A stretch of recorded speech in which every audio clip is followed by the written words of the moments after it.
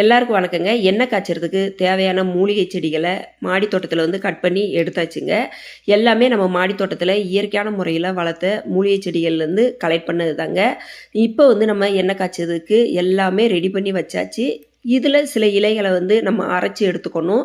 இப்போ நம்ம இதுக்கு தேவையான சுத்தமான தேங்காய் எண்ணெயும் எடுத்துக்கணுங்க. தேங்காய் எண்ணெயும் ஒரு காரணம் முடி வளர்ச்சிக்கு.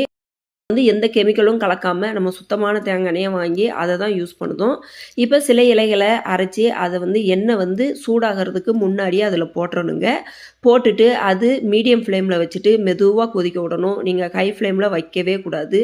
இப்போ நம்ம ரோஸ்மேரி, டீ இலைகள், கருந்துளசி, சாதா துளசி இதெல்லாம் போட்டு நெல்லிக்காய், பெரிய நெல்லிக்காய் இருக்குல்ல, அது எல்லாத்தையுமே போட்டு நல்லா மறுபடியும் மீடியம் ஃப்ளேமில் கொதிக்க விடணுங்க. அதுக்கப்புறமா கருஞ்சீரகம், வெந்தயம் இது ரெண்டையும் போட்டுக்கணும். போட்டுட்டு கடுக்காயை கொட்டையை எடுத்துட்டு அதுக்கப்புறம் போட்டுக்கணும். வலம்புரி, இடம்புரி, வேம்பாலம்பட்டை இதை அரைச்சி போட்டிருக்கேன்.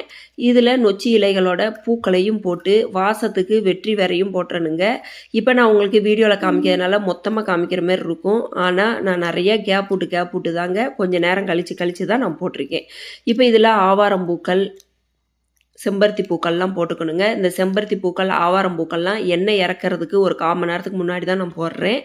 மறிக்கொழுந்து வாசத்துக்கு ரோஜாப்பூ இதழ்கள், காய்ந்த ரோஜா இதழ்கள், அதுக்கப்புறமா மகிழம்பூ நல்லா வாசமாக இருக்குங்க. எண்ணெய் காய்ச்சையிலேயே நமக்கு இந்த தெருவே மணக்கிற அளவுக்கு இந்த எண்ணெய் இருக்குங்க. இந்த எண்ணெயை இறக்க போகிறதுக்கு ஒரு 5 நிமிஷத்துக்கு முன்னாடி தான் மல்லிகைப்பூவை போடணும். மல்லிகைப்பூவை போட்டு பபுள்ஸ் எல்லாம் நல்லா அடங்கினதுக்கப்புறம் 2 நாள் கழித்து பார்த்தீங்கன்னா எண்ணெய் இப்படி தாங்க இருக்கும். கருன்னு சூப்பராக இருக்குங்க. இப்போ நான் உங்களுக்கு கையில் ஊற்றி காமிக்க பாருங்கள். முடி வளர்ச்சிக்கு ரொம்ப ரொம்ப நல்லதுங்க. புது முடியை நிறையா வளர செய்யுங்க. நம்ம நீர் பிரம்மையெல்லாம் போட்டிருக்கோம். புது முடியை நிறையா வளர செய்யும். வடிகட்டி எடுத்தோம்னா எண்ணெய் ரெடி ஆகிட்டுங்க. இப்போ நீங்கள் உங்களுக்கு தேவைப்பட்டால் மேலே தெரிகிற வாட்ஸ்அப் நம்பருக்கு ஆர்டர் பண்ணி வாங்கிக்கோங்க. Magizhni herbal hair oil ready ஆகிட்டு தேவைப்படுறவங்க ஆர்டர் பண்ணி வாங்கிக்கோங்க. உங்கள் கமெண்ட்டை கண்டிப்பாக எனக்கு யூடியூப் சேனலில் போடுங்க.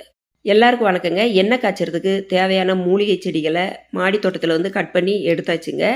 எல்லாமே நம்ம மாடி தோட்டத்தில் இயற்கையான முறையில் வளர்த்த மூலிகை செடிகள்லேருந்து கலெக்ட் பண்ணது தாங்க. இப்போ நம்ம எண்ணெய் காய்ச்சறதுக்கு எல்லாமே ரெடி பண்ணி வச்சாச்சு. இதில் சில இலைகளை நம்ம அரைச்சி எடுத்துக்கணும். இப்போ நம்ம இதுக்கு தேவையான சுத்தமான தேங்காய் எண்ணெயும் எடுத்துக்கணுங்க. தேங்காய் எண்ணெயும் ஒரு காரணம் முடி வளர்ச்சிக்கு.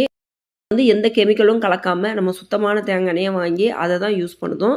இப்போ சில இலைகளை அரைச்சி அதை எண்ணெய் சூடாகிறதுக்கு முன்னாடியே அதில் போட்டுறணுங்க. போட்டுட்டு அது மீடியம் ஃப்ளேமில் வச்சுட்டு மெதுவாக கொதிக்க விடணும். நீங்கள் ஹை ஃப்ளேமில் வைக்கவே கூடாது.